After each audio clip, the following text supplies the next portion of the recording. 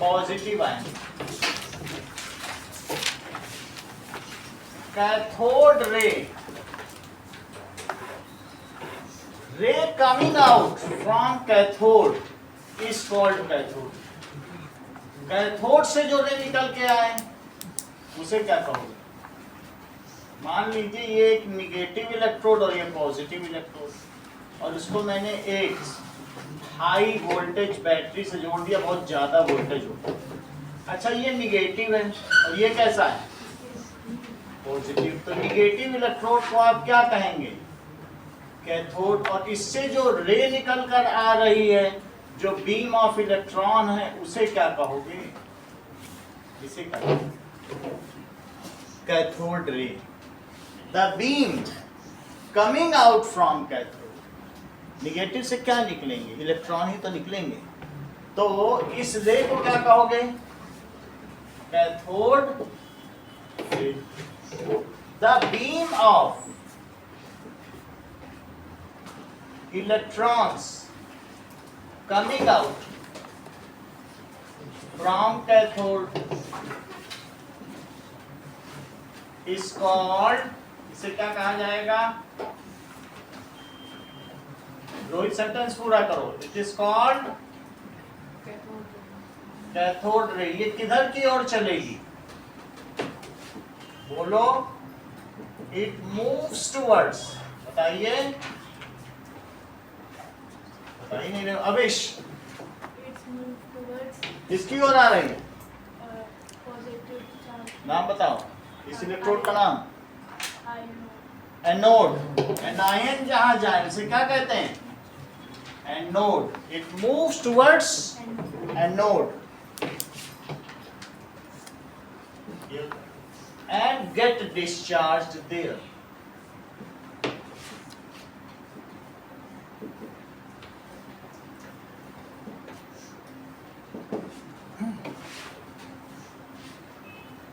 Cathode ray discharge tube, a highly evacuated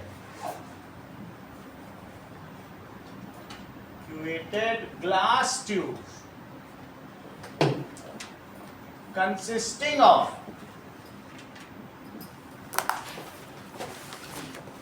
two electrodes. Ashish कौन कौन से दो इलेक्ट्रोड होंगे? Consisting of two electrode. कौन कौन से हैं? Cathode and anode.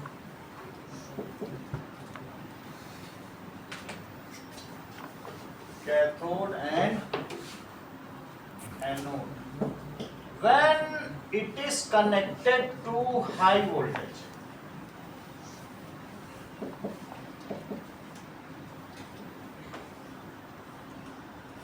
then it produces cathode ray. High voltage battery. It produces cathode ray. बहुत ज्यादा वोल्टेज चाहिए। ये जो छोटी वाली होती है वो 1.5 वोल्टेज की होती है। तुम लोगों ने 9 वोल्ट की बैटरी देखी है? ऐसी 9 वोल्ट, ऐसी कई बैटरी कनेक्ट होती है। छोटी वाली 1.5 वोल्ट की होती है। चलो यहां तक समझ गए हैं? ठीक है। एनोड क्या होता है? Positive electrode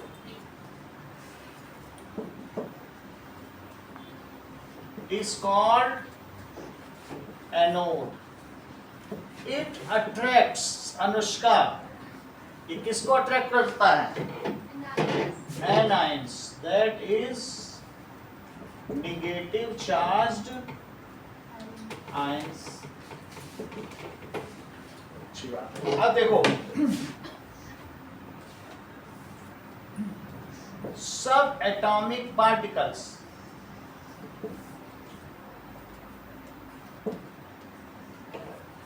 atom itself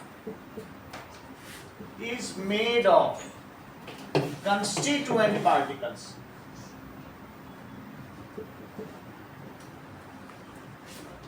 called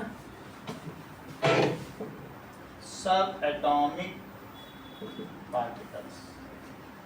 These are electron, proton and neutron. Atomic model. Different scientists like J.J. Thomson, Ernest Rutherford,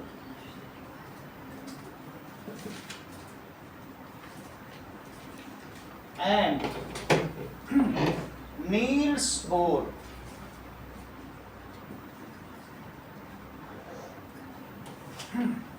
ठीक है, projected their models for atom.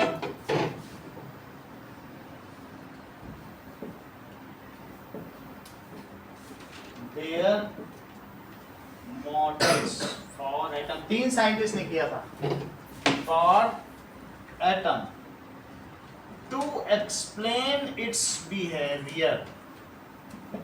कैसे एटम बिहेव करेगा.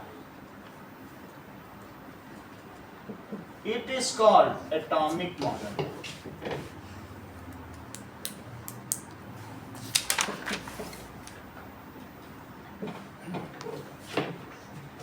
Thomson's atomic model.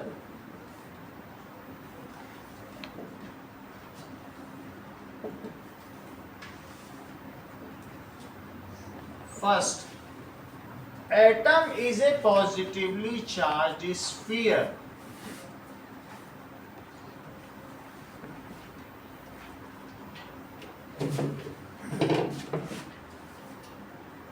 And electrons are embedded in it. दूसरा point बोलो आवेश. The negative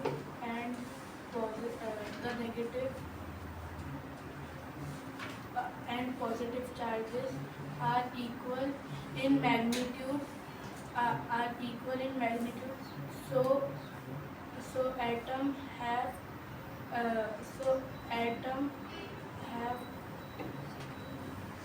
as a whole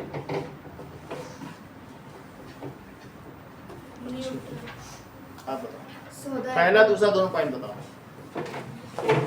the positive and negative charge is पहला point बताओ. it is a positively charged sphere and It is means what?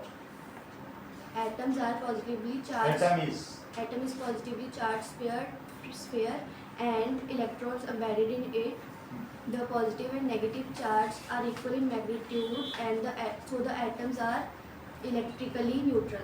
atom is electrically neutral. अब लिखो, atom is positively charge sphere और इसमें कौन embedded है. इसमें listing करनी होती है अनुष्का, सिर्फ ऐसे बना नहीं देना है. लिखो यहाँ पे पॉजिटिव चार्ज स्फीयर. क्या लिखोगी? पॉजिटिव चार्ज स्फीयर और इसे लिखो इलेक्ट्रॉन. और यहाँ लिखिए एटॉमिक मॉडल. एटॉमिक मॉडल भी लिख सकते हो, थॉमसन्स एटॉमिक मॉडल भी लिख सकते हो. Thomson's atomic model. दूसरी चीज दैट इज, इनको पूरा याद है दीपिका को. नाउ दैट इज, अगला पॉइंट क्या है? The negative and positive charges. The negative and positive charges are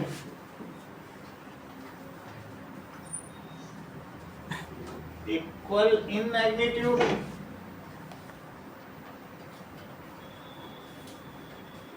यानी टोटल निगेटिव जितना होगा उतना ही पॉजिटिव होगा. हीलियम में 2 निगेटिव है तो 2 पॉजिटिव है.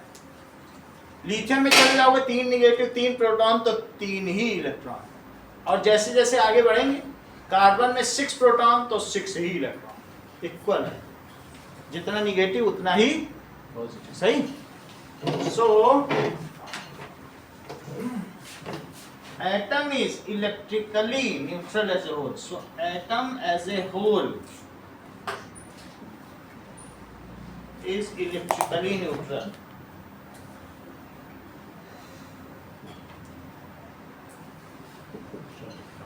His model resembles with, इनका मॉडल किससे मिलता जुलता है? His model resembles with plum in pudding or watermelon. That seeds in watermelon or plum in pudding. Plums in pudding. अब देखें, that is discovery of canal ray. Canal रे की खोज।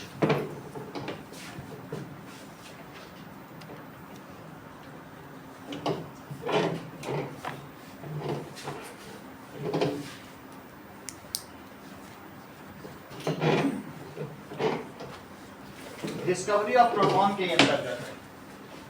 Discovery of proton, that is experiment done by Goldstein. Goldstein ने क्या देखा?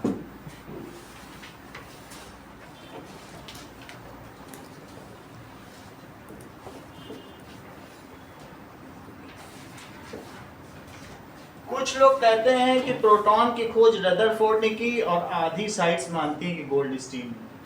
तो अब तुम्हें अपने टीचर के आधार पर देखना पड़ेगा, टीचर क्या बोल रहे हैं, उसी को ही उन्हीं से पूछ लेना क्या वो मानते हैं, ठीक है।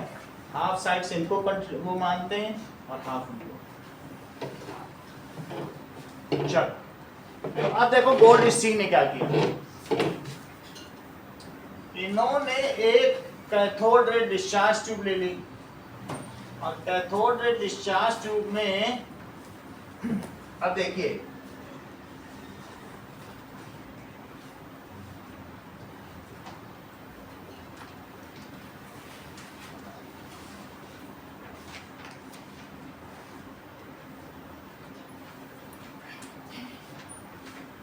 देखो, इन्होंने परफोरेटेड कैथोड ले लिया। परफोरेटेड का मतलब क्या हुआ? ये जो प्लेट है ना उसे बहुत सारे छेद कर दिए। है ये कैथोड ही, लेकिन इसमें बहुत सारे छेद कर दिए, जैसे छन्नी होती चलनी, वैसे छेद करना है। और फिर इसको यहाँ से कनेक्ट कर दिया। कनेक्ट करने के बाद ये बताओ, ये सभी पूरा कैसा चार्ज होगा? ये निगेटिव चार्ज है। कैसा है? Negative charge. और इसलिए इसे क्या कहा जाएगा? कैथोड। सिर्फ इसे कैथोड नहीं कहा जाएगा, इसका नाम क्या पड़ेगा? परफोरेटेड, यानी छिद्रित, जिसमें छेद बने हो। तो उसको आप हिंदी में समझना चाहें तो छिद्रित कैथोड भी कह सकते हैं, जिसमें छेद युक्त कैथोड, बहुत सारे छेद है, सही है। अच्छा, अब इसमें से इन्होंने गैस निकाल दी। गैस निकालने के बाद ये 2 वैक्यूम चैम्बर, वैक्यूम पंप भी कह सकते हो, चैम्बर भी कह सकते हो, इसमें थोड़े से H एटम बच गए। H एटम तुम लोग समझते हो क्या होता है? ऐसा होता है। और वैसे देखो तो अंदर में प्लस रहेगा और बाहर H एटम के बाहर क्या रहता है? क्या बताओ? इलेक्ट्रॉन रहता है। H एटम का अलग से मैं बता देता हूँ। उसमें एक प्रोटॉन रहता है और एक बाहर में क्या रहता है? यही तो H एटम होता है, सही है। तो थोड़े से H एटम बच गए। अब मुझे बताओ, क्या इसमें से इलेक्ट्रॉन की बीम निकलने वाली? कैथोड से क्या निकलती? क्या कैथोड रे निकले? तो अब अगर इन सभी में, सभी H एटम में एक एक इलेक्ट्रॉन है और यहाँ से ऐसे, ये सब एक ही है। H एटम मैंने H लिख दिया, अदरवाइज सब H एटम है, आप ऐसे भी बना सकते हो। इसके अंदर प्लस लिख दो तो बाकी ये H एटम है, सही है। यहाँ से बहुत सारे इलेक्ट्रॉन स्वास्तिका अगर चले क्योंकि कैथोड से चलेंगे और कहाँ जाके डिस्चार्ज हो जाएंगे। ये क्या चीज है, एनोड पे जाके डिस्चार्ज होंगे। बताओ अगर एक इलेक्ट्रॉन यहाँ से चला और वो इसको हिट कर दे तो क्या होगा, धक्का मारे तेजी से, उसको भी हटा देगा, उसको अपनी पोजीशन से हटा देगा और फिर इसके बाद जब ये इसको हिट करेगा ना, इसको भी हटा देगा, फिर ये दोनों मिल के इधर चलेंगे। किधर चलेंगे, भाई अकेला चला, मान लो 100 आ रहे हैं और उसमें से 50 ने क्या किया, हिट करके निकाल दिया। अच्छा मान लो ये निकल गया, तो बताओ अब जैसे इसमें से दोनों इलेक्ट्रॉन निकल गए, अब वो दोनों किधर चलेंगे बताओ, इधर चलेंगे। ये प्लस किधर चलेगा, प्लस किधर चलेगा बताओ, कैथोड की तरफ चलेगा। तो कैथोड की तरफ चलेगा तो कैथोड के छेद से गुजर जाए। इतनी अगर तुम्हारे पास मोमेंटम हो, तुमसे कोई कहते बहुत तेजी से चल रहा है, कोई कहते रुक जाओ, तो कई बार ऐसा होता है हम स्टॉपर पर यहाँ कहीं पर हर्डल्स होते हैं, क्या रुक पाते हैं, हमारी गाड़ी ब्रेक लगाते लगाते भी आगे चली जाती है। ऐसे होता है कि नहीं, मोमेंटम होता है, गाड़ी बहुत तेज चल रही है, क्या अचानक ब्रेक लगा पाओगे, तो वो फिर ये इसे रोक नहीं पाता है, ये पूरा निगेटिव चार्ज है लेकिन ये इसे रोक नहीं पाता है और वो इन सुरंगों से गुजर जाते हैं, इसीलिए इसका नाम क्या पड़ा, कैनाल रे। इसको क्या कहते हैं, कैनाल रे। और ये निकल के यहाँ एक जिंक सल्फाइड की स्क्रीन है, ये क्या है, ZnS, that is zinc sulphide. Zinc sulphide की स्क्रीन बताऊं तो ये टीवी है, ये पूरा जिंक सल्फाइड है और इसमें बताओ पीछे से इलेक्ट्रॉन जब हिट करते हैं अलग अलग स्पीड से, तो क्या तुम्हें अलग अलग कलर दिखते हैं, और कुछ नहीं हो रहा, इसमें वही हो रहा है। पहले अगर तुम्हें और अच्छा देखना है तो पुरानी टीवी निकाल ले आओ, पुरानी ऐसे पीछे होती थी ना, ऐसे हुड्डा बनी रहती थी, उसमें कैथोड रे की वो ट्यूब ही है, उसमें से पीछे से आता था और रेगुलेट हो रहा है, इधर भेजना है उधर भेजना है, एक पीछे ट्यूब है वो ऐसे से घूम रही है, किस स्पीड से भेजना, तुम चित्र देख रहे हो सामने। अच्छा ये बताओ जब इसमें ये पड़ता है तो कितनी देर रहता है, इसको कहते हैं सिंटिलेशन। कभी तुम धूप के चश्मे को धूप में रखो तो क्या वो काला पड़ जाएगा, काला चश्मा और चमक आ जाएगी, उसमें सिल्वर कलर आता है। ऐसा पुराना चश्मा तुम लोगों ने नहीं देखा क्या, ऐसे पहले आते थे धूप के चश्मे, जब उस पर लाइट पड़ती थी ना वो सिल्वर कलर का हो जाता था। अब नहीं आता ना ऐसा, लेकिन पहले ऐसे धूप के चश्मे आते थे, वो जिंक सल्फाइड के थे, बिल्कुल यही है। तो इसमें जब पीछे से इलेक्ट्रॉन आता है तो क्या चमक पैदा हो जाती है, वही यहाँ पर होगा। बताओ अगर ये H+ आयन निकला, अब ये H एटम नहीं है, अगर ये इलेक्ट्रॉन को तुम हटा दो तो फिर अब ये H+ हो गया। जैसे सोडियम में से तुम इलेक्ट्रॉन हटा देते हो तो क्या वो Na+ हो जाता है, और H में से अगर इलेक्ट्रॉन हटा दो तो H+ आए। H को एक इलेक्ट्रॉन दे दो तो H- यानी हाइड्राइड आयन, ये तो पढ़ रखा है तो H में से मैंने निकाल दिया, देखो निकाल के चला गया रीति, ऐसे था, इसने इसको हिट किया, दोनों निकल के भागे कि नहीं।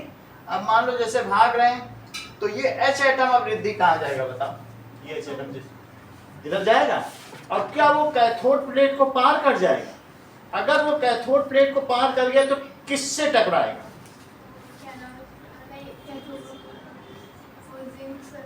की कोटिंग से टकराएगा, और अगर जिंक सल्फाइड की कोटिंग से टकराया तो क्या प्रोड्यूस करेगा, सिंटिलेशन।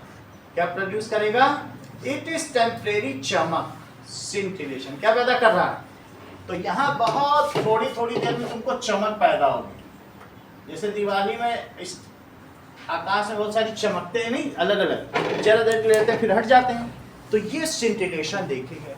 तो इन्होंने कहा भाई सब कुछ तो इधर जा रहा था, वापस क्या आ रहा है, थोड़ी बहुत उसमें जो गैस थी वो भी आयोनाइज हो गई, और आयोनाइज होने के बाद ये सारे H+ आ रहे हैं, कौन आ रहे हैं इधर, और ये इधर जाके क्या कर रहे हैं, तो ये जो H+ आयन है।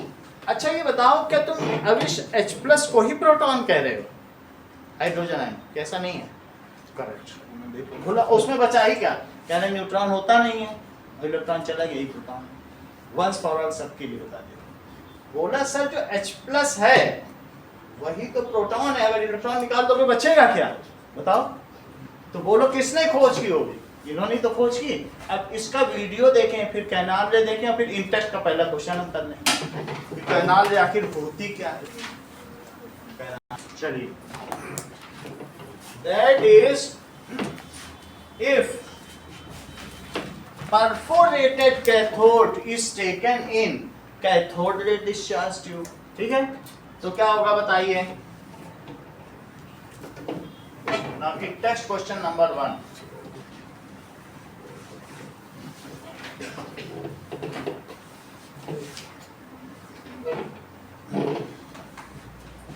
It was observed by which? By whom? किसने ये बात बताई? बोल्ड तो उन्हीं को कहा जाता है कि प्रोटॉन का खोजकर्ता वही है। चलो question number 1, what is canal raise? Sir आपने तो कहा था ये प्रोटॉन का प्रतिशत है। हमने दोनों का नाम बता दिया। अब टीचर आधे KV1 में कुछ बताएंगे, KV2 में कुछ हर साल रहता है। मैंने दोनों नाम बता दिए। अभी मैं नेट भी दिखा दूंगा। आधी साइड वो बोली तो फिर ये एक लाइट चली गई, फिर चली गई, ट्रिप हो गई। अच्छा ये लाइट ही चली गई।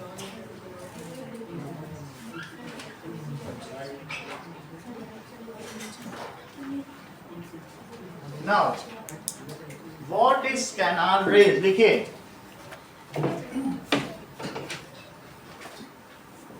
Goldstein has observed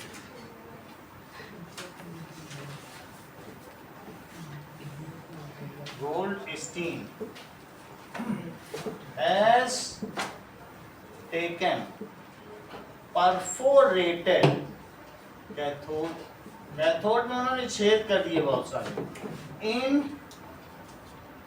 cathode ray discharge tube, ऐसा कर दिया। The positive charge ions which moves through, ठीक है, holes in cathode and produce scintillation when hit zinc sulfide screen are called right? So लिखो पॉजिटिव चार्ज आयन कहां पर present है दीदी? पॉजिटिव सिर्फ यही नहीं, अब गैस कुछ भी हो सकती है, तुम मरकरी के भी वेपर्स ले सकते हो, कोई भी गैस ले सकते हो। तो पॉजिटिव चार्ज आयंस ये क्या होंगे? वो प्रोड्यूस्ड होंगे, उसमें पहले से प्रेजेंट नहीं है। Produced in discharge tube, moves to cathode, कहां मूव करते हैं? Moves towards cathode and pass through the holes in it.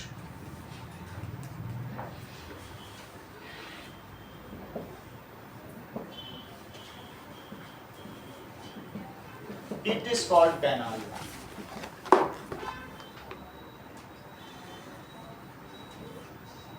इसको कैनाल रे कहते हैं। ये तो इसकी डेफिनेशन हो गई, इतना लिखने से चल जाएगा। इट आगे आप लिख सकते हैं, it hits zinc sulphide screen and produce सिंकिलेशन।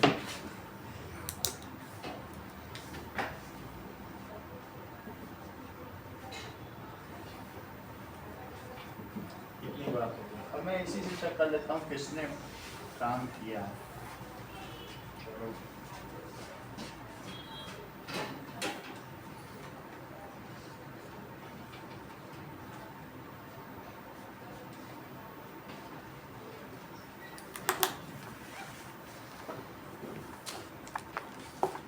Who discovered proton? Ernest Rutherford discovered the proton in 1917. He did this by bombarding nitrogen. लेकिन इसका वेट असली में जो वेट बताता है और चार्ज बताता है वही खोजकर्ता माना जाता है। तो अब इसके बारे में इससे ज्यादा डिटेल इन्होंने नहीं दिए। फिर किसने ये डिटेल दिए? अर्नेस्ट रदरफोर्ड इन, कब किया? 1917। अर्नेस्ट रदरफोर्ड इन 1917, ठीक है। ये found investigated that these canal rays are beam of protons। उन्होंने क्या पता लगाया? यही क्या है? that these canal rays हैं क्या वास्तव में? अभी जैसे अभी इसने बताया कि मान लो इलेक्ट्रॉन हटाने तो अंदर में क्या बच जाता है?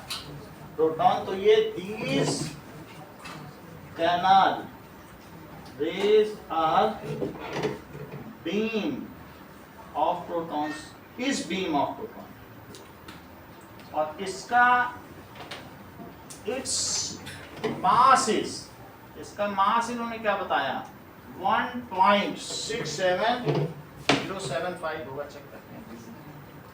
मास ऑफ प्रोटॉन 6726 672 लिखा, और इसका चार्ज क्या है, एंड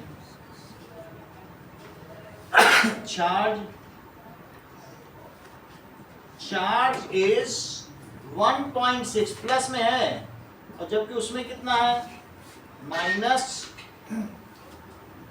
-19 कूलम भी लिख सकते हो, और या सी भी लिख सकते हो। ये इसका चार्ज है।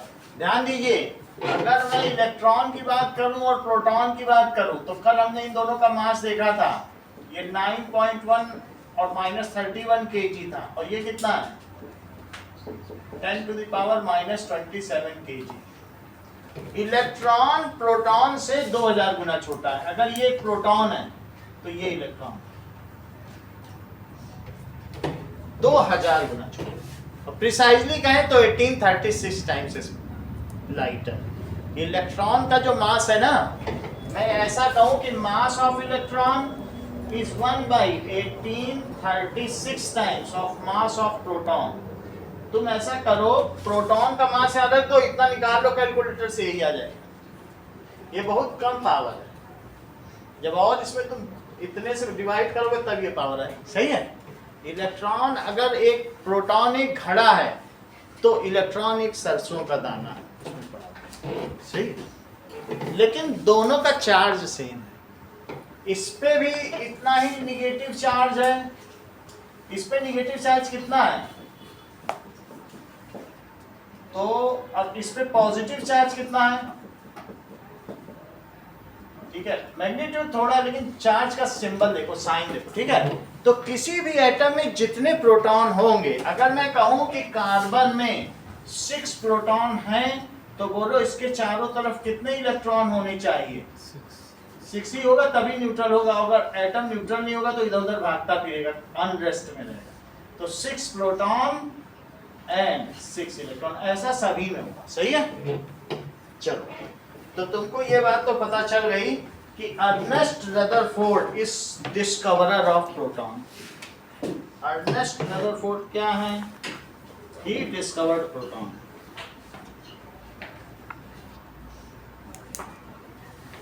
ऐसा उन्होंने 17 और 3 20 साल बाद किया।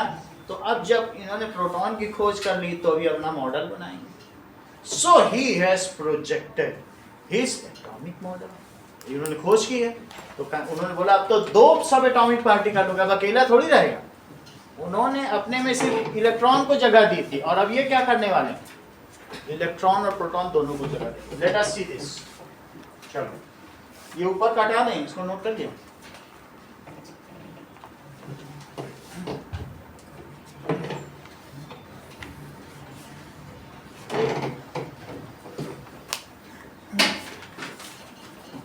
Now,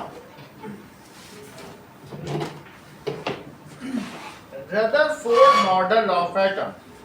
So उसके लिए आप देखिए अल्फा पार्टिकल्स स्कैटरिंग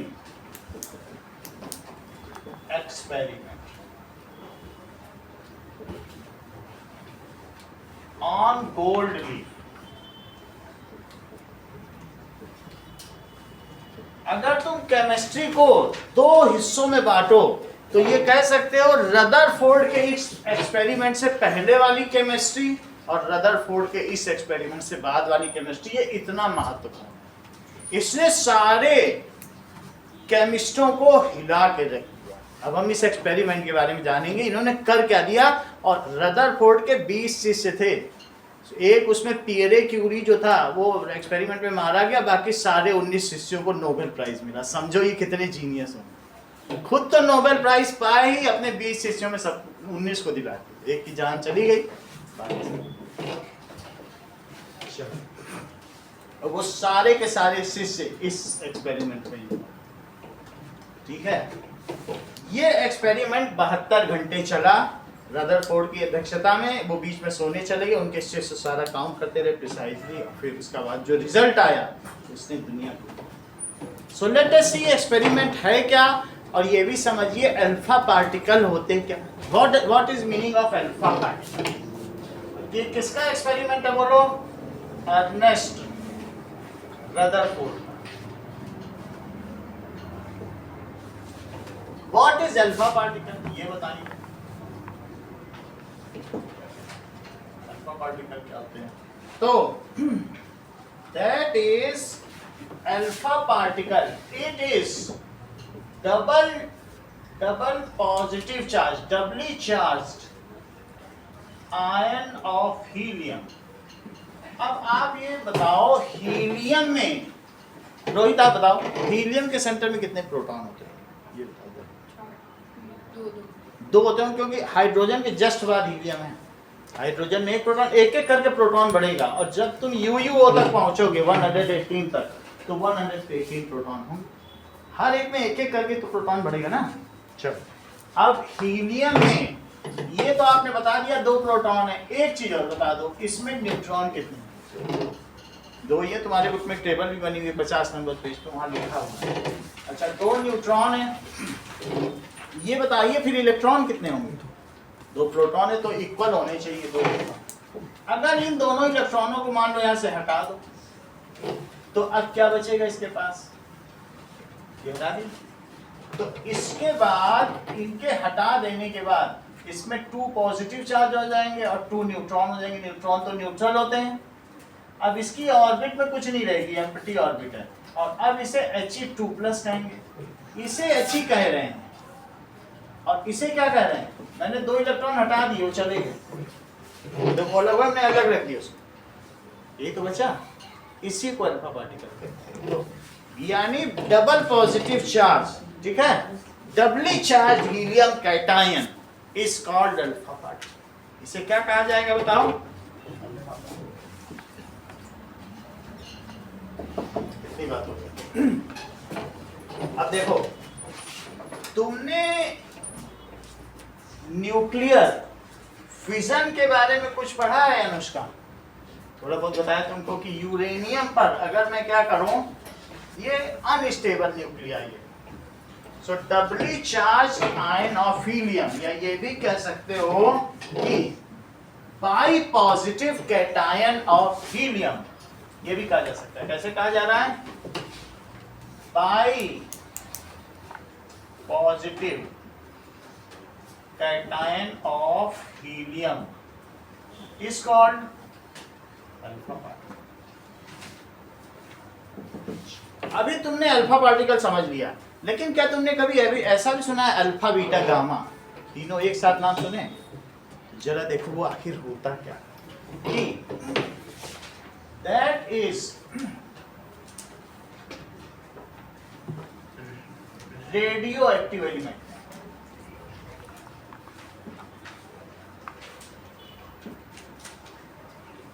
अभी तुमने थोड़ी देर पहले सुना होगा कि रोहित ने कहा था इसमें 4 प्रोटॉन है, सुना था कि नहीं? तुमने सोचा कि उसने 4 प्रोटॉन क्यों बोले? वो ये आजकल बच्चे सर्फिंग करते हैं एंड दे नो एवरीथिंग। अब जरा सोचो, हीलियम में 4 प्रोटॉन ही होते हैं। हम 2 कह रहे हैं, उसको पता है, उसके घर में उसका बड़ा भाई और कुछ होगा, ऐसे नहीं बोला, वो रैंडमली कोई नहीं बोलता, ये सब जानते हैं। तो अब हम लोग देखें, हीलियम में न्यूट्रॉन होता ही नहीं है, और क्या होता है उसमें? चलो, जैसा रोहित ने किया है उसके बारे में देखेंगे, तब जाके हम इसे सीख पाए। देखो, हीलियम के अंदर क्या है बोलिए?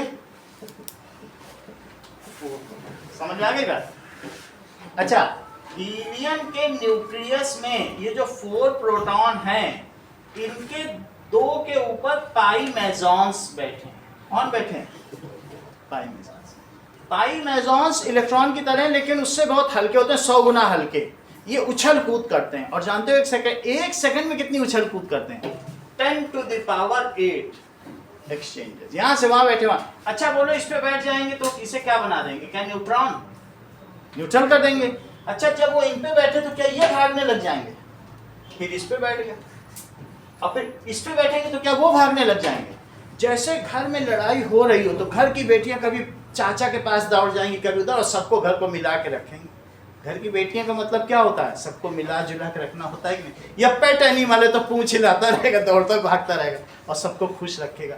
तो इन पाई मेसॉन्स का क्या काम है बताओ, इस पे बैठे तो वो भागे, फिर उस पे बैठ गए तो ये भागे, ये बार बार आना जाना करते हैं। बोलो एक सेकंड में कितने एक्सचेंजेस कर लेते हैं, ये अपने आप में बहुत ज्यादा है, क्योंकि 10 to the power 6 1 मिलियन होता है, यानी ये 100 मिलियन टाइम्स पर सेकंड उछल कूद कर रहा है, और सिर्फ इसलिए कि न्यूक्लियस को बाइंड करके रखें। वरना न्यूट्रॉन का काम ही क्या है, वहां कुछ काम है क्या, टू बाइंड द एटम। और न्यूट्रॉन बनता कब है, जब प्रोटॉन पे कौन बैठ जाए, पाई मेसॉन। इनका क्या नाम है, पाई मेसॉन्स। बोलो बात समझ में आ गई। छोटे एटम में इनको बांध रखना आसान होता है, लेकिन अब यूरेनियम की बात करो, ये तो मैंने हीलियम की बात की, यूरेनियम में 92 प्रोटॉन है, सही है, और 235, यानी अगर आप कर दें तो 143 न्यूट्रॉन है, सही है। ये किसका आइटम है बताइए, यूरेनियम। अगर मैं यूरेनियम की बात करूं और रोहित के नजरिए से करूं तो कहेंगे सर नो। अब समझिए इस बात को, ये इन दोनों को जोड़ देंगे, जरा 143 और 92 को जोड़ो, कितना हुआ, दैट इज 5, और ये कितना हुआ 235। ये कहेंगे no sir it is 235 proton. Rohit से पूछोगे यही कहेंगे, बाहर जाकर पूछ लेना, दैट इज, इसमें कितने प्रोटॉन है, 235 प्रोटॉन। और इनके ऊपर कितने पाई मेसॉन्स बैठे हैं, 143। कितने बैठे हैं, 143 पाई मेसॉन्स। मेरा कहने का मतलब है जैसे जैसे एटम बड़ा होगा, तुमको लगता है कि अगर इतने सारे प्रोटॉन हो जाए क्या उनको एक साथ अट्रैक्ट कर पाना आसान होता होगा क्या। इलेक्ट्रॉन तो कितने दूर दूर रहते हैं। अब कभी तुमने सोचा है कि इतना कॉम्पैक्ट न्यूक्लियस है, मान लीजिए अगर मैं कहूं कि न्यूक्लियस इतना कॉम्पैक्ट है, अगर एक कॉस्को की बॉल न्यूक्लियस है तो बताओ इलेक्ट्रॉन, कॉस्को की बॉल को तुम न्यूक्लियस मानो, सही है, तो बताओ इलेक्ट्रॉन कितनी दूर उसके चक्कर लगा रहे होंगे, यानी फुटबॉल टाइप में किस कमरे के बराबर की और ज्यादा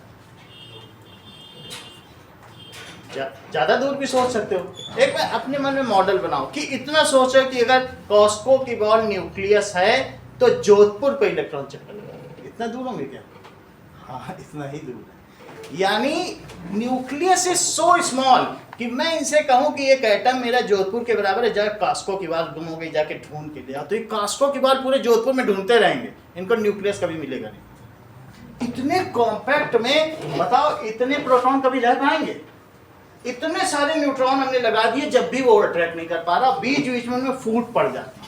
अगर इतने प्रोटॉन कभी उसमें से अल्फा निकल गया, अल्फा का मतलब क्या हुआ जरा ध्यान दो, यूरेनियम कहेंगे इतने में इतने रिपल्सन में कौन रहेगा, और इनमें धीरे धीरे हार्मफुल रेडिएशंस निकलते रहते हैं, गुटबाजी होने लगती है।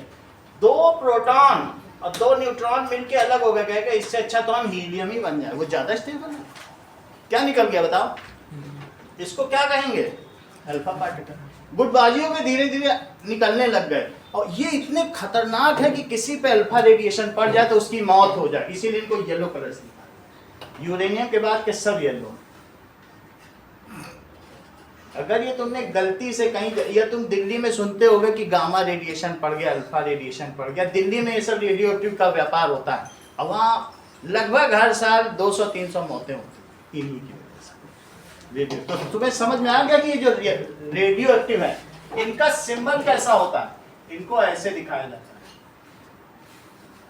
ये इनका सिंबल है। ये चीज कहीं होती है तो लोग डर के भागते हैं, अरे ये रेडियो एक्टिव, येलो कलर में इसका सिंबल है। ये किसका सिंबल है, तो अब जरा समझो कि इनमें से कौन निकल के भागे, अनस्टेबल था तो निकल के भागे, ये निकल के भागे, तो इसमें अब पाई मेसॉन भी भाग जाएगा। पाई मेसॉन को मैं क्या कह रहा हूं, बीटा पार्टिकल, और इसको क्या कह रहा हूं, अल्फा पार्टिकल। और इसके बाद ये जब निकल जाएंगे तो बहुत हाई अमाउंट की एनर्जी निकल जाएगी, उसको क्या कहेंगे? Gamma radiations. ये दोनों पार्टिकल्स हैं, उसको क्या कहेंगे?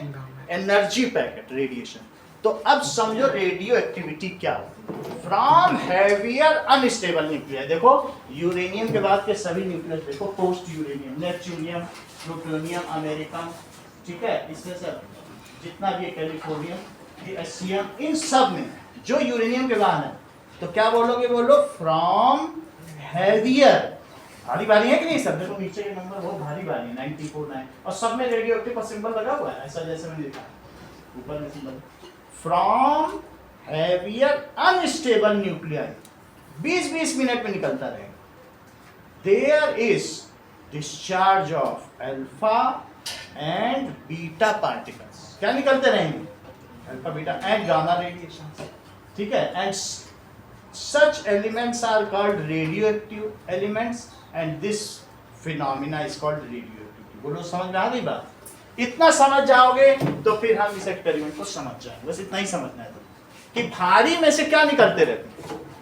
अल्फा पार्टिकल निकलते रहता है, यानी हीलियम का न्यूक्लियस। बाहर इलेक्ट्रॉन खूब घूम रहे हैं, ये निकल गया तो क्या 2 इलेक्ट्रॉन में नहीं जाएंगे? चापलूस बहुत घूम रहे हैं, एक नेता बन गया तो 2 चापलूस तो घूम ही रही। इलेक्ट्रॉन की कहाँ कमी?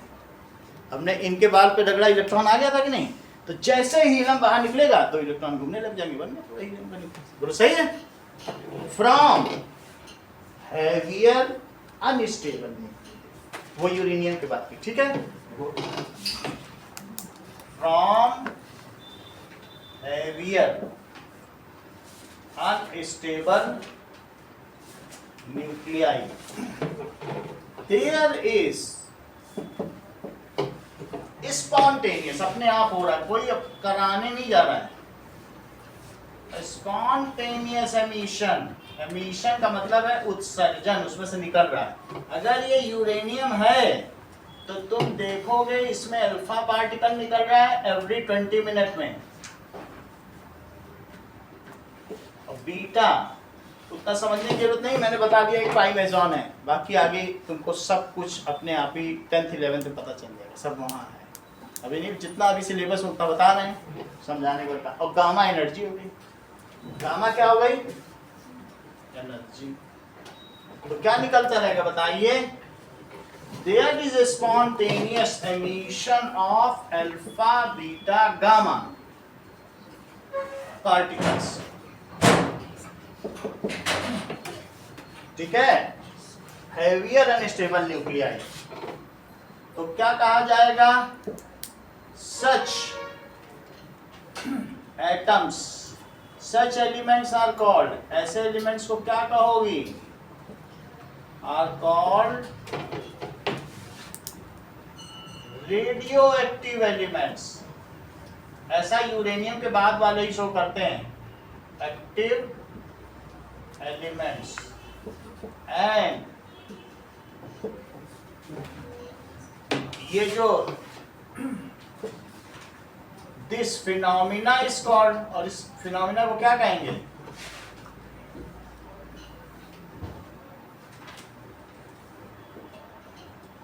Phenomena is called radio activity, इसे रेडियो एक्टिविटी। चलो अब आगे की बात करो।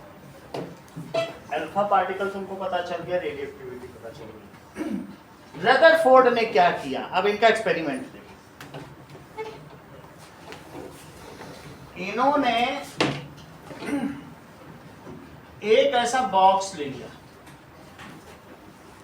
ऐसा बॉक्स ले लिया, और उसके अंदर क्या भर दिया? यूरेनियम। ये यूरेनियम भर दिया, लेड का बॉक्स है। लेड को मैंने आप लोगों को कभी हाथ में लेके दिखाया, बहुत भारी होता है ना। लेड के सिक्के दिखाए थे, एक पैकेट में बहुत सारे सिक्के रखे थे, वो सब देखा है ना आप लोगों ने। और कुछ कुछ लेड है जो मुड़ भी जाता है, बहुत मोटी सी लेड, वही है लेड, ठीक है। अच्छा, लेड का फंक्शन क्या है? ये अल्फा बीटा गामा सबको एब्जॉर्ब कर लेता है, ये खुद ही भारी इतना है, तो भारी, तो ये lead is a good absorber, तो इससे किसी को हार्म तो नहीं होगा। नहीं तो किसी के ऊपर अल्फा बीटा रेडिएशन ऐसे ही पड़ जाए तो उसकी तो जान ही चली जाए। इसमें छोटा सा इन्होंने छेद कर दिया, तो अब बोलो उसमें से क्या निकल के आएगा? पार्टिकल्स आएंगे। इसके आगे फिर से एक लेड का प्लेट रख दिया, उसमें फिर छोटा कर दिया, तो और फाइन बीम होगी जो इधर से भाग भी रही होगी, एब्जॉर्ब हो जाएगी, एक सीध में चलेगी। तो ये प्लेट किसकी बनाई? ये भी लेड की है, ऐसे फिर इसके बाद इससे बीम और आगे बढ़ी, एक और रख दी। अभी हम वीडियो में भी देखेंगे, तो पहले आप ऐसे देख लें। तो ऐसे इन्होंने ऐसा भी रख दिया, ठीक है। दूसरे में से भी जाएगा, उसको फाइनली कॉलीमेट कर रहे हैं बस। अब इसके बाद ये जो बीम आई, इसके चारों तरफ इन्होंने जिंक सल्फाइड की स्क्रीन रखी है। अभी तुमने ऊपर देखा नहीं था, ऐसी ब्लैक कलर की होती है जैसे टीवी की स्क्रीन, टीवी जैसे व्हाइट ऐसा होता है ना ब्लैक कलर का, उस पर कुछ भी पड़ा, ये सब सिंटिलेशन है, ये कुछ ना समझो, पीछे से इलेक्ट्रॉन इसको टक्कर मार रहे हैं और कुछ नहीं। तो वही चीज यहाँ पर भी होती है। तो इन्होंने क्या किया, इसके चारों तरफ एक जिंक सल्फाइड की ऐसे स्क्रीन रख दी, मतलब ऐसे कवर, सही है। बीम आ रही है, चारों तरफ क्या कर दिया, जैसे पट्टी सी लगा दी। अच्छा, इसके बीच में क्या किया, ये जो बीम आ रही है, ये बीम आ गई, बीम आने के बाद ये सीधी बीम इससे आ, एक गोल्ड लीफ रख दी। गोल्ड का तो ऐसा होता है कि तुम्हारे कान का जो गुंदा है, अगर उसको पीट डालो तो वो एक बैडमिंटन का पूरे कोर्ट की जमीन को बिछा दे, इतना मैलिएबल। यानी आप गोल्ड इतना हाईली मैलिएबल है कि सिर्फ 5 एटम थिक लेयर तक पीट सकते हो, उतनी पतली नहीं। तुमने देखा चांदी का वर्क होता है ना काजू कतली पे, ऐसे गोल्ड का भी वर्क आता है। गोल्ड की भी मिठाई पे गोल्ड का भी वर्क किया जाता है, वो बहुत पतला होता है, उतनी पतली फिल्म ली है। वो तुम्हारे बुक में लिखा कितनी पतली फिल्म ली, लेकिन वही ये 5 एटम थे। अगले पेज पे मिलेगा, लिखा है क्या उसमें, कितनी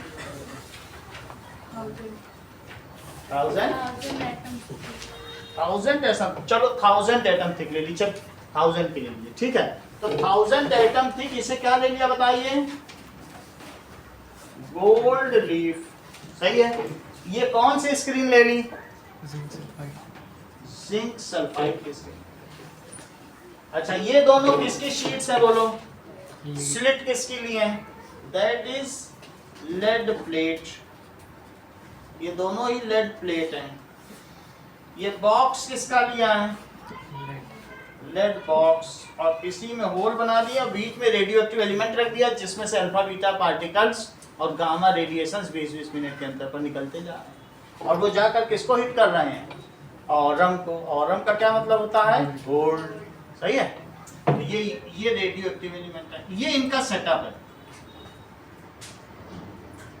ये जो मैंने सेटअप बताया है, ये पहले 3 पॉइंट हैं, जरा देखो, यही सब पूरा मैं इसे दिखाने जा रहा हूँ। ये इसको लिखो एक्सपेरिमेंटल सेटअप। तो बुक में सेटअप बनाया नहीं है, बस लिखा दिया, तो मैं उसको समझा भी दे रहा हूँ चित्र के माध्यम से, वीडियो भी दिखा दूंगा। लिखो, इसको कहेंगे alpha particle scattering experiment setup. Alpha particle scattering on gold leaf. क्या तुम्हें इस बात की अभी जानकारी है कि जो गोल्ड होता है उसमें 79 प्रोटॉन होते हैं, एयू में कितने होते होंगे, और जबकि अल्फा में कितने होते होंगे, कितना पॉजिटिव चार्ज है, 2 का। तो 2 वाला किससे टकराने जा रहा है, 79 प्रोटॉन के न्यूक्लियस से टकराएगा। तो अब देखें क्या होता है, लेकिन ये सेटअप है, ठीक है। अल्फा पार्टिकल इतनी तेज भागते हैं कि कहीं भी जाए तो वो उसके अंदर पूरा पेनिट्रेट कर सकते हैं, हाईली आने से। बहुत हाई स्पीड है, काइनेटिक एनर्जी गजब की, क्योंकि वो उससे निकले। और रेडियो एक्टिविटी में तो तुमको मालूम है न्यूक्लियर फिजन या फ्यूजन में कितनी एनर्जी निकलती होगी, बहुत ज़्यादा एनर्जी निकलती होगी। So these are fast moving particles. ये चीज़ इसमें भी लिखा जा सकता है, bipositive cation helium is called alpha particle. These are fast moving particles. ये और जो ये जरूरी है, अल्फा पार्टिकल क्या होते हैं, These are fast moving particles. अब चलो आगे की बात करें। नाउ ये मुझे बताओ कि अगर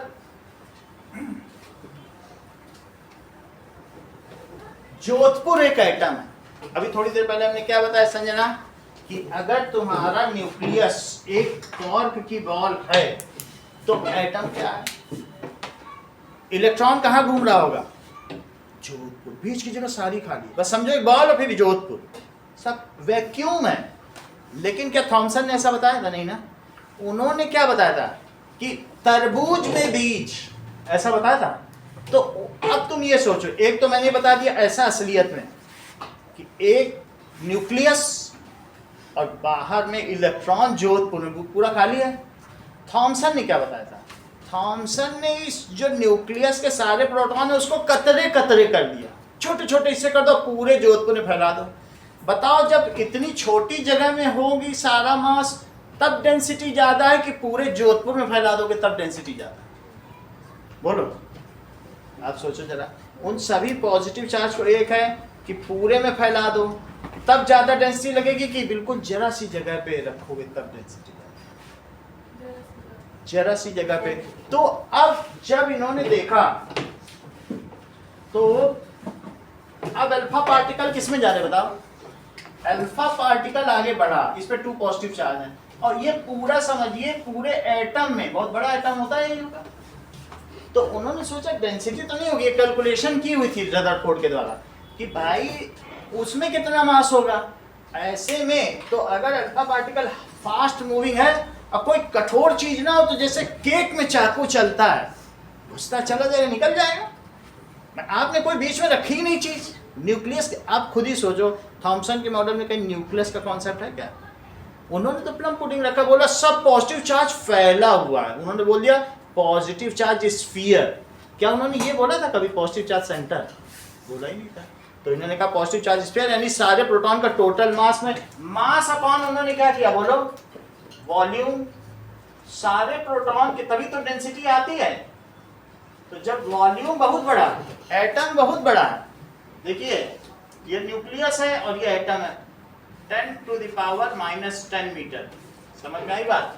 और ये बहुत छोटा है, ये उससे 1,00,000 गुना छोटा है। तो उन्होंने देखा कि जब अल्फा पार्टिकल गया, सही है, अल्फा पार्टिकल जब इसके अंदर गया तो कुछ ऐसे अल्फा पार्टिकल थे, मोस्टली 20,000 में 19,990 सब सीधे चले गए, सीधे चले गए। तुम बताओ अगर तुम जयपुर से गोली मारो, बहुत सारी गोलियां दाग दो, तो क्या तुम्हारी उम्मीद है उस कॉस्को के बॉल पे कितनी गोलियां लगेगी? लगेगी कोई, शायद 1-2 लग जाए।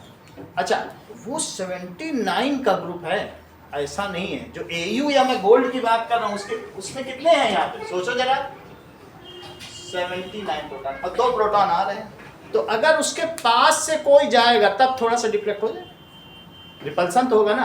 अब बहुत सारे तो सीधे चले जाएंगे, यहाँ से आए अल्फा पार्टिकल सीधा निकल गया यहाँ चला, लेकिन ये आएगा तो ये कैसा होगा बताओ, पास से भी जाएगा। 79 का रिपल्सन बहुत बड़ा होता है। तो 2 पॉजिटिव चार्ज आ रहे हैं और 79 का ग्रुप है, तो क्या होगा बताओ, चला नहीं जाएगा। अच्छा, इसके नीचे से भी आएंगे, पास से गुजरेंगे तो ऐसे हो जाएंगे, और बाकी सब क्या करेंगे बताओ, सीधे चल जाएंगे। अच्छा, इसके बाद एक इनका ऐसा पार्टिकल था जिसने हेड ऑन कोलिजन कर दिया। क्या कर दिया? हेड ऑन कोलिजन कर दिया, और ये उल्टा लौट गया। 180 पर हो गया, कुछ 5 और 10 डिग्री पर रहे, और मैक्सिमम क्या हो गया, सीधे चले गए।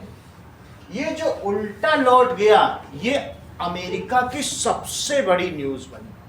और रदरफोर्ड ने खुद ऐसा कहा कि मान लो 1000 पाउंड का बम आया हो और किसी पेपर से टकरा के लौट गया, इट वाज ऑसम। बोले कुछ तो है एटम में, लौटा कैसे? क्या चीज थी भाई, लौटा किसने दिया?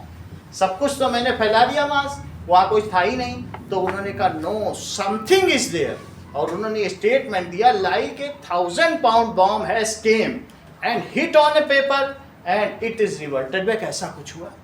तो 20,000 में से एक एटम कैसा था बताओ, लौट गया। बाकी फ्यू ये समझ सकते हैं कि 40-50 फ्यू डिग्री पर हुए डेविएट, एंड मोस्टली वो कैसे हो गए बताइए?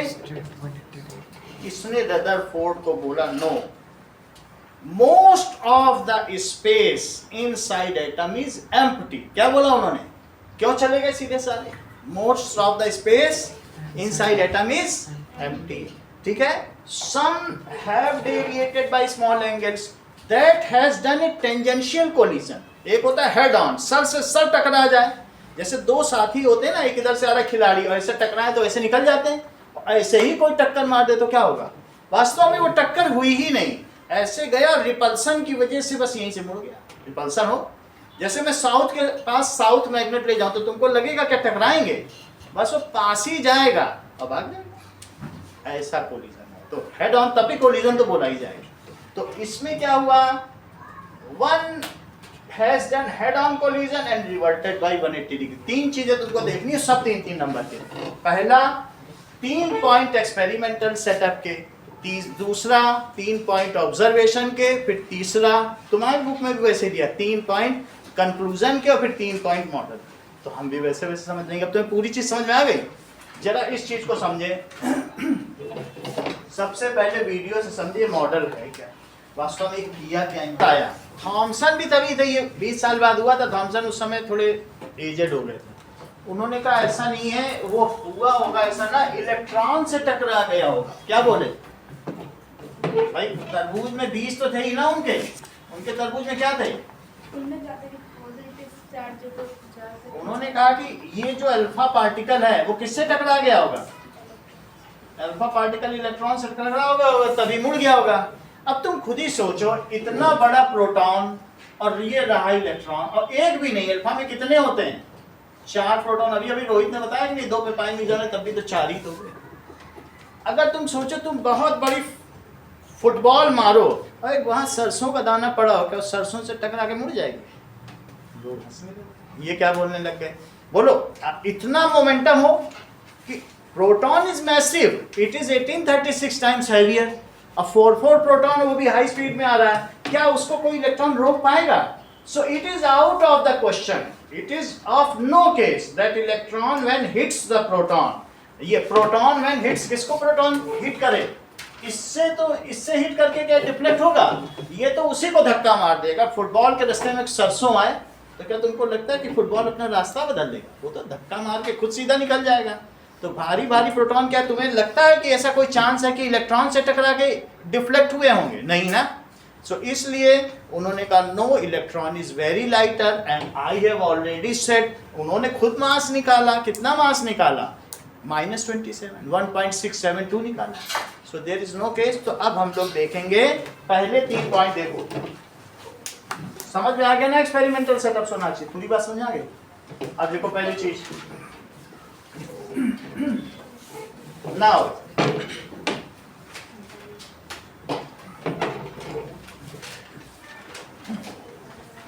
पहला देखो 3 पॉइंट लिखिए। एक्सपेरिमेंट सेटअप के 3 point. He selected gold foil. क्यों गोल्ड फॉइल सेलेक्ट की? क्योंकि it's thin layer is possible, as it's thin layer, बहुत ज्यादा मोटी वो लेना नहीं चाहते थे, is possible. He has taken 100,000 atom thick foil. दूसरा पॉइंट पढ़ो। Alpha particles are doubly charge helium ion, और उनका टोटल मास कितना होता है? अच्छा ये बताओ कि हाइड्रोजन एटम का मास कितना होता है? ये बताओ। एटॉमिक मास ऑफ H क्या 1U होता है? yes, और तुम्हें अभी मैंने बताया कि 1.672 into 10 to the power -27 kg, ये किसका मास है? 1U की वैल्यू भी बता दो। ये तो तुम जानते हो। क्या इन दोनों में ज्यादा अंतर देखते हो कि ज्यादा अंतर नहीं है? थोड़ा ही तो है। 1.6 तक तो सेम ही है, तो देख लो सेम है, 1.67 एक ही जैसा है कि नहीं है। इसका मतलब है कि अगर किसी में हीलियम में 2 प्रोटॉन है और 2 न्यूट्रॉन है, और न्यूट्रॉन अभी रोहित ने क्लियर ही कर दिया है कि न्यूट्रॉन कुछ नहीं है, प्रोटॉन पर मेजान बैठे हो तो वही न्यूट्रॉन हो, वो भी तो प्रोटॉन ही है, उन पे कौन बैठ जाता है, पाई मेजॉन, सही है। तो इसका टोटल मास कितना हो जाएगा, समझो 4 प्रोटॉन ही तो है, तो इसका मास कितना हो जाएगा हीलियम का, mass of helium it is 4u, और mass atomic mass of helium बताओ ये कितना है, सही है। इतनी बात तुमको समझ आ गई, जिसके अंदर 4 प्रोटॉन हो, न्यूट्रॉन का भी मास 1u और प्रोटॉन का भी मास 1u, क्योंकि उसके ऊपर सिर्फ पाई मेजॉन बैठ जाता है, वो बहुत हल्का होता है, सही है। चलो अब अगली लाइन पढ़ो क्या लिखा है, उन्होंने क्या किया, alpha particle is doubly charged ion, और उसका टोटल मास कितना होता है, alpha particle is doubly charged ion, it's mass is, इसका मास 4u है, सही है। अब जरा देखें, now and it is very fast moving,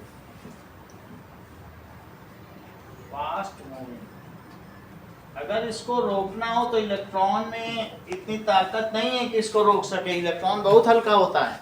क्या फुटबॉल को कोई सरसों का दाना रोक सकता है संजना, तो तुम खुद ही सोचो, डेली लाइफ में नहीं रोक पाएगा तो चाहे माइक्रोस्कोपिक लेवल में हो तो क्या रोक पाएगा, नहीं रोक पाएगा। तो इसलिए ये सोचना कि इलेक्ट्रॉन ने रोक दिया ये असंभव है।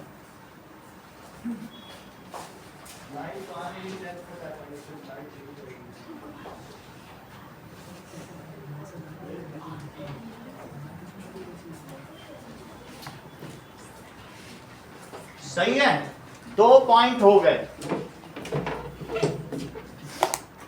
दीपिका हम आपको एक और पेन देना चाहते हैं, दोनों पेन बताओ। He selected gold foil as thin as 100,000.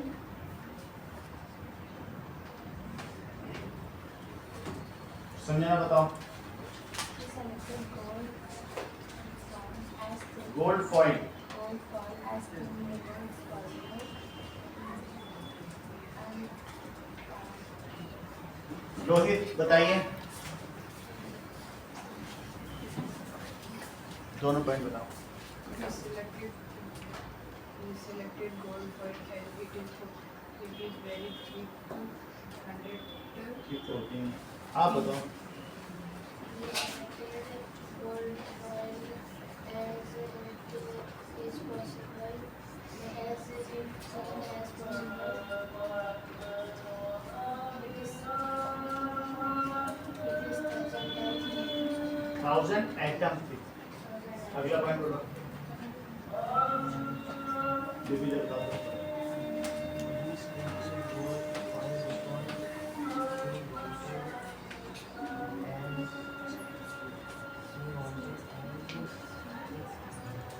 ठीक क्यों सब लोग बोल रहे हैं, बोलो ठीक नहीं समझ रहा है।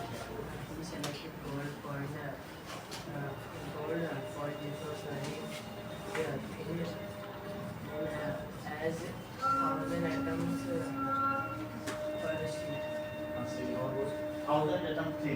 1,000 alpha particles are doubly charged, doubly आप बोलो।